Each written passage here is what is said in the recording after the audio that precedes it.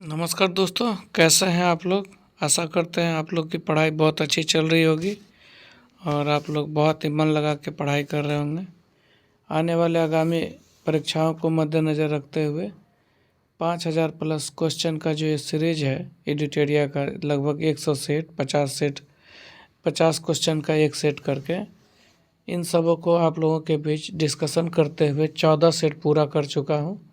आप लोग अगर नया जुड़े हैं तो इसके डिस्क्रिप्शन में दिया हुआ है, इसके प्लेलिस्ट का लिंक दिया हुआ है, वहाँ पर से आप इसके प्लेलिस्ट में जाइए और प्लेलिस्ट में 1 नंबर से पर सेट को देखते हुए आइए। आज ये ज़रूर 15 सेट पूरा हो रहा है, आने वाले समय में सारा सेट पूरा किया जाएगा इसमें। अरे अगर हर एक सेट को आप देख लेते हैं एक तरफ से, तो आपको इनसे बहुत ज़्यादा प्रॉफिट और अच्छे क्वेश्चन जो आप बना पाएंगे, चाहे रेलवे हो चाहे बिहार हो, कोई सब एग्ज़ाम हो जहाँ पर जनरल स्टडीज़ का क्वेश्चन आता है, उसके लिए आप रेडी हो जाएंगे, प्रिपेयर हो जाएंगे। तो चलिए, अब जो भी इस चैनल से जुड़े हुए और जो इस वीडियो को देख रहे हैं, अब स्टार्ट करते हैं 15वां सेट। और 15वां सेट का पहला प्रश्न है, किसी राज्य का राज्यपाल किसके प्रति उत्तरदायी होता है। राज्य का जो राज्यपाल होता है वो राष्ट्रपति के प्रति उत्तरदायी होता है, याद रखेंगे। किसी राज्य का राज्यपाल जो है राष्ट्रपति के प्रति उत्तरदायी होता है। दूसरा प्रश्न है, किस संविधान संशोधन अधिनियम द्वारा शहरी स्थानीय शासन को संवैधानिक दर्जा प्राप्त किया गया है। तो ये है 74वां संविधान संशोधन। ये शहरी संस्था ग्रामीण को 73वां में, जबकि शहरी को 74वां संविधान संशोधन। अगला होगा तीसरा क्वेश्चन है, निम्नलिखित में कौन मुद्रास्फीति के कारण लाभ की स्थिति में होते हैं। वो होते हैं ऋणी और व्यापारी वर्ग। कौन? ऋणी और व्यापारी वर्ग। कौन मुद्रास्फीति के कारण लाभ की स्थिति में होते हैं। तो ऋणी जो ऋण लेते हैं, कर्जदार, और व्यापारी वर्ग जो है वो लाभ की स्थिति में होते हैं, जबकि ऋणदाता को लाभ नहीं मिलता है। मनुष्य में ब्लू बेबी सिंड्रोम किसकी अधिकता के कारण होता है। तो नाइट्रेट की अधिकता के कारण। किसकी अधिकता के कारण? नाइट्रेट के अधिकता के कारण। पांचवा प्रश्न है, पीयूष ग्रंथि का नियंत्रण कौन करता है। तो पीयूष ग्रंथि का नियंत्रण ये हाइपोथैलेमस ग्रंथि करती है। पीयूष ग्रंथि का नियंत्रण हाइपोथैलेमस ग्रंथि करती है। पीयूष ग्रंथ को मास्टर ग्लैंड करते हैं, हाइपोथैलेमस ग्रंथ को मास्टर ग्लैंड कहते हैं। पीयूष ग्रंथि का नियंत्रण भी हाइपोथैलेमस ग्रंथि करते हैं। छठा प्रश्न है, अब इंडियन लीग किनके द्वारा स्थापित की गई। इंडियन लीग जो है शिशिर कुमार घोष के द्वारा स्थापित किया गया था। भारत में दास प्रथा पर प्रतिबंध लगाने की अनुशंसा कब हुई। तो 1843 में एलनबरो के कार्यकाल में, लॉर्ड एलनबरो के कार्यकाल में 1843 में दास प्रथा पर प्रतिबंध लगाने की अनुशंसा की गई। अगला प्रश्न है, वेलोड्रम का संबंध किस खेल से है। वेलोड्रम का संबंध जो है साइकिलिंग से है। किससे है? साइकिलिंग से है। मेंडलीव द्वारा बनाया गया आवर्त सारणी में दीर्घ आवर्त की संज्ञा किस आवर्त को दिया गया है। दीर्घ आवर्त का संज्ञा किस आवर्त को दिया गया मेंडलीव के द्वारा। ये दिया गया है चौथा, पांचवा और छठा। किसको दिया गया है? चौथा, पांचवा और छठा। तो मेंडलीव के द्वारा जो दिया गया है आवर्त सारणी को, दीर्घ आवर्त सारणी की संज्ञा, तो यह है चौथा, पांचवा और छठा। अगला 10वां प्रश्न है, निम्नलिखित में से कौन सुमेलित नहीं है। नहीं को नहीं पढ़ना है, जिसको पढ़ना है उसको मैं पढ़ता हूँ। तो अनुच्छेद 40 में ग्राम पंचायत का गठन के बारे में दिया गया, ये सही है। दूसरा है कि अनुच्छेद 44 जो है समान नागरिक संहिता के विषय में बताता है, जबकि अनुच्छेद 42 काम की न्याय संगत और मनोचित दशा की तथा प्रसूति सहायता का बंद करने का अनुच्छेद 42 में दिया गया है।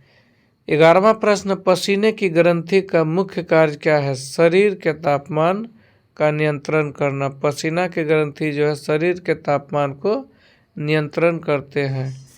12वां प्रश्न है कि मनुष्य के शरीर में सबसे बड़ी कोशिका क्या होती है? ये होती है तंत्रिका कोशिका, सबसे लंबी कोशिका। अगला प्रश्न है सिंधु घाटी सभ्यता भारत के सर्वाधिक प्राचीन सभ्यता है। सिंधु घाटी सभ्यता सर्वाधिक प्राचीन सभ्यता। निम्नलिखित में से कौन सा स्थल सिंधु घाटी सभ्यता का भारत में सबसे बड़ा स्थल है? राखी गढ़ी आप जानते हैं भारत में पाए जाने वाला सिंधु घाटी सभ्यता का सबसे बड़ा स्थल है। 14वां प्रश्न है 1857 की क्रांति मुख्यतः किस कारण से असफल रही? तो ये तीनों कारण है। कौन? ये तीनों। नेतृत्व का अभाव रहा, और इसमें देखेंगे किसी सामान्य योजना और केंद्रीय संगठन की कमी, और तीसरा है इसके प्रभाव का सीमित क्षेत्र होना। इसके प्रभाव का सीमित क्षेत्र होना, किसी समान योजना और केंद्रीय संगठन की कमी के कारण, नेतृत्व का अभाव के कारण ये 1857 की क्रांति असफल रही। अगला प्रश्न है 15वां कि किस गवर्नर जनरल के काल में सिंध का विलय ब्रिटिश साम्राज्य में किया गया? तो लॉर्ड एलनबरो। किसके? लॉर्ड एलनबरो के कार्यकाल में सिंध का विलय ब्रिटिश साम्राज्य में किया गया। 16वां प्रश्न है इनसाइडर ट्रेडिंग का संबंध है? तो ये है शेयर बाजार से। इनसाइडर ट्रेडिंग का संबंध शेयर बाजार से है। 17वां प्रश्न है एल.के. झा समिति का संबंध किससे है? तो ये है अप्रत्यक्ष कर, इनडायरेक्ट टैक्स के से संबंध है एल.के. झा समिति। 18वां प्रश्न है डॉक्टर राजेंद्र प्रसाद संविधान सभा के निम्न में से किस समिति के अध्यक्ष रहे हैं? तो ये अध्यक्ष रहे हैं ये सभी के किसके प्रक्रिया नियम समिति का भी अध्यक्ष रहे हैं। संचालन समिति के अध्यक्ष तो थे ही। वित्त और कर्मचारी समिति के अध्यक्ष डॉक्टर राजेंद्र प्रसाद थे। 19वां प्रश्न देखते हैं हम लोग। 19वां प्रश्न क्या है? जरा दृष्टि दोष। कौन दोष है? जरा दृष्टि दोष के निवारण के लिए किस लेंस का प्रयोग किया जाता है? तो ये किया जाता है बायोफोकल लेंस। जरा दृष्टि दोष में बायोफोकल लेंस का प्रयोग किया जाता है। कर्क रेखा निम्न में से किस देश से होकर नहीं गुजरती है? कर्क रेखा जो है ब्राजील से नहीं गुजरती है, जबकि बहामास, लीबिया और यूएई से होकर गुजरती है। कर्क रेखा को बोलते हैं उत्तरी अक्षांश में 23.5 डिग्री उत्तरी अक्षांश को बोलते हैं। 23.5 डिग्री उत्तरी अक्षांश को कर्क रेखा कहते हैं। भारतीय संविधान की 6ठी अनुसूची में जनजाति क्षेत्रों के प्रशासन के प्रावधान है। निम्न में से कौन सा राज्य इस अनुसूची के अंतर्गत नहीं आता है? तो ये नहीं आता है मणिपुर। आप देखेंगे नॉर्थ ईस्ट का जो है एरिया, नॉर्थ ईस्ट एरिया में देखिएगा आप कि ऐसे रहता है नॉर्थ ईस्ट एरिया। ये है तो यहाँ पर असम है, ये त्रिपुरा है, ये मिजोरम है, और बाकी बात ये मणिपुर है। बांग्लादेश से सटे जो भी है यहीं पर जनजातीय क्षेत्रों प्रशासन के प्रावधान के बारे में दिया हुआ है। तो ये मणिपुर जो है, मणिपुर ये नहीं है इसमें। अगला प्रश्न है 1857 के क्रांति की व्यक्ति है और कथन बोले हैं, इन दोनों को मिलान करना है। डिजरेली जो है राष्ट्रीय विद्रोह कहा था। 1857 क्रांति को राष्ट्रीय विद्रोह की संज्ञा दी थी। टी.आर. होम्स जो है ये बोले थे बर्बरता और सभ्यता का युद्ध, बर्बरता और सभ्यता का युद्ध। बी.डी. सावरकर ने कहे थे प्रथम स्वतंत्रता संग्राम। कर्नल रीज बोले थे धर्मांधों का ईसाइयों के विरुद्ध युद्ध। इस तरह से हम देखते हैं तो आंसर सी नंबर सही होता है। अगला प्रश्न 23वां देखते हैं। वर्ष 1946 के कैबिनेट मिशन 3 कैबिनेट मंत्रियों के गठित था। निम्नलिखित में इसका सदस्य नहीं था। Patrick Lawrence Cripps, Stuart Cripps और एबी अलेक्जेंडर ये तीनों सदस्य थे, जबकि ये जॉन साइमन जो है ये सदस्य नहीं थे। कौन नहीं थे? जॉन साइमन नहीं थे सदस्य। ठीक है। अगला प्रश्न है, निम्नलिखित में से कौन सी जलधारा प्रशांत महासागर की ठंडी जलधारा है? तो ये है हम्बोल्ट जलधारा एक ठंडी जलधारा है जो कि प्रशांत महासागर में चलती है। 25वां प्रश्न है, निम्न में से कौन सिकंदर के समकालीन था? सिकंदर के समकालीन कौन था? घनानंद था। नंदवंश के अंतिम शासक थे ये। गया अधिवेशन 1922 में किस परिवर्तनवादी नेताओं ने त्यागपत्र दे दिया था? तो ये दिया था चित्तरंजन दास और मोतीलाल नेहरू। कौन कौन?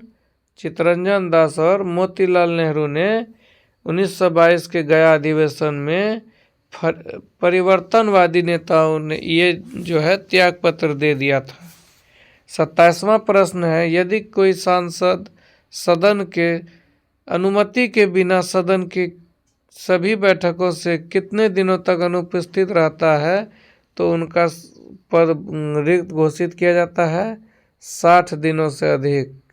60 दिनों से अधिक कोई सांसद है और संसद के सदस्य होने के नाते सदन के अनुमति के बिना सदन के सभी बैठकों के से 60 दिनों तक अनुपस्थित रहता है तो उसका पद रिक्त घोषित किया जा सकता है। 28वां प्रश्न, निम्नलिखित में से कौन सा प्रतिनिधित्व का सिद्धांत अथवा प्रतिरूप नहीं है? तो ये किसका नहीं है? सर्वसम्मति। किसका? सर्वसम्मति में कौन सा सर्वसम्मति प्रतिनिधित्व का सिद्धांत अथवा प्रतिरूप नहीं है। विश्व बाजार में यदि किसी देश की मुद्रा की आपूर्ति की अपेक्षा मांग अधिक होती है तो उस मुद्रा को कहा जाता है दुर्लभ मुद्रा। क्या कहा जाता है? दुर्लभ मुद्रा। प्लास्टर ऑफ पेरिस का रासायनिक रूप से होता है तो ये होता है CaSO4 half H2O। CaSO4 half H2O plaster of Paris का रासायनिक रूप होता है। 31वां प्रश्न है, मानव शरीर में पित्त रस का निर्माण कहाँ होता है? तो निर्माण होता है यकृत में। कहाँ निर्माण होता है? यकृत में। जबकि उपयोग जब होने लगता है तो स्रावित कहाँ से होता है? अग्नाशय से। पितरस है वो, हम पितरस के बारे में नहीं, वो बोल दिया आपको इंसुलिन के बारे में। आगे देखते हैं 32 नंबर प्रश्न है। 32 नंबर प्रश्न में पूछा जा रहा है कि निम्नलिखित में से कौन सा असत्य फल का उदाहरण है? तो ये है नाशपाती और सेब। ये दोनों असत्य फल है। और 33वां प्रश्न, निम्नलिखित में से कौन सा पादप हार्मोन है? कौन सा पादप हार्मोन है? तो सब है एस्कॉर्बिक अम्ल, जिब्रेलिन्स, ऑक्सिन्स, साइटोकाइनिन। तो याद रखेंगे ये सब पादप हार्मोन है। एब्सिसिक अम्ल, जिब्रेलिन्स, ऑक्सिन्स, साइटोकाइनिन। अगला प्रश्न है 34वां, निम्नलिखित में से किस सब्जी का जड़ खाया नहीं जाता है? निम्नलिखित में से किस सब्जियों का जड़ खाया नहीं जाता है? तो ये आलू का जड़ नहीं खाया जाता है, आलू का तना खाया जाता है। आलू का तना खाया जाता है। 35वां प्रश्न है, सल्फ्यूरिक अम्ल बनाने की संपर्क विधि में किसका उपयोग उत्प्रेरक के रूप में किया जाता है? प्लेटिनम चूर्ण का उपयोग। किसका? प्लेटिनम चूर्ण का उपयोग सल्फ्यूरिक अम्ल बनाने की संपर्क विधि में प्लेटिनम चूर्ण का उपयोग किया जाता है उत्प्रेरक के रूप में। अगला प्रश्न देखते हैं हम लोग। सूची 1 को सूची 2 से मिलान करना है। आवेग का मात्रक होगा न्यूटन सेकेंड।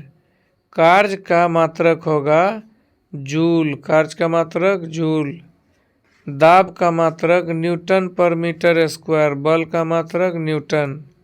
इस तरह से याद रहेगा। आवेग का मात्रक न्यूटन सेकेंड, कार्य का मात्रक जूल, दाब का मात्रक न्यूटन पर मीटर स्क्वायर, बल का मात्रक न्यूटन।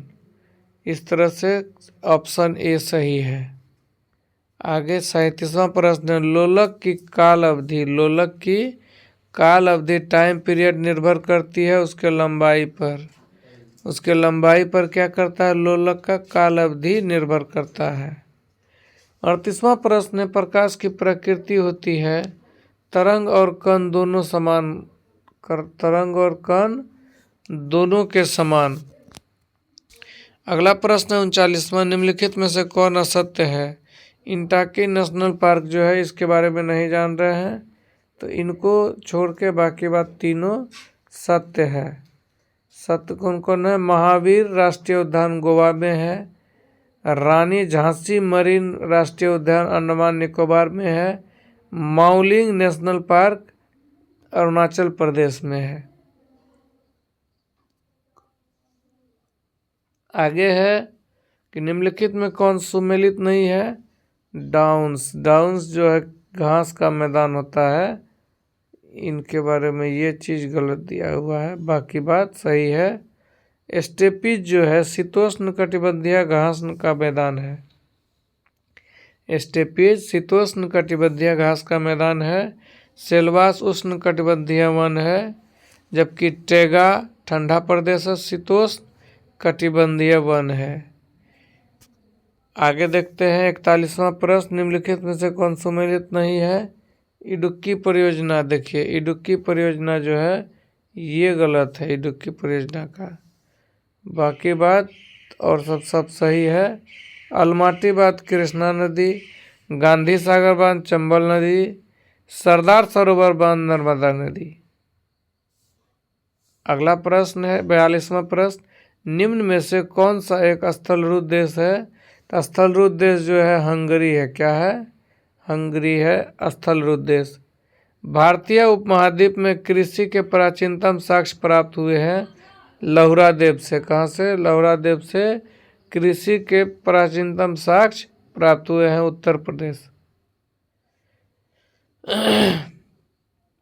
अगला है सिंधु घाटी सभ्यता में मिट्टी के बने हल के प्रतिरूप किस जगह से मिले हैं। तो बनावली, बनावली से हल का अवशेष मिला है।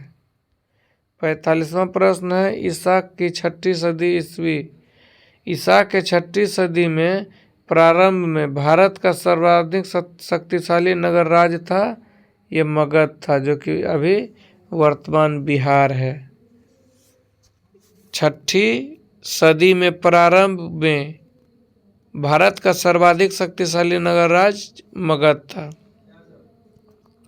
46वां प्रश्न, जैन धर्म में महावीर के द्वारा ज्ञान प्राप्ति को क्या कहा जाता है। केवल्य, केवल्य की प्राप्ति मतलब ज्ञान की प्राप्ति। 47वां प्रश्न है, लिंगराज मंदिर की नींव डाली थी। 47वां प्रश्न क्या है, लिंगराज मंदिर की नींव डाली थी ययाति केसरी। कौन डाली थी, ययाति केसरी। कांग्रेस के किस अधिवेशन में पहली बार मौलिक अधिकारों से संबंधित प्रस्ताव पारित किया गया। तो ये किया गया है कराची अधिवेशन 1931, जहां पर पहली बार झंडा भी फहराया गया था। स्वतंत्रता दिवस मनाया गया था 26 जनवरी को।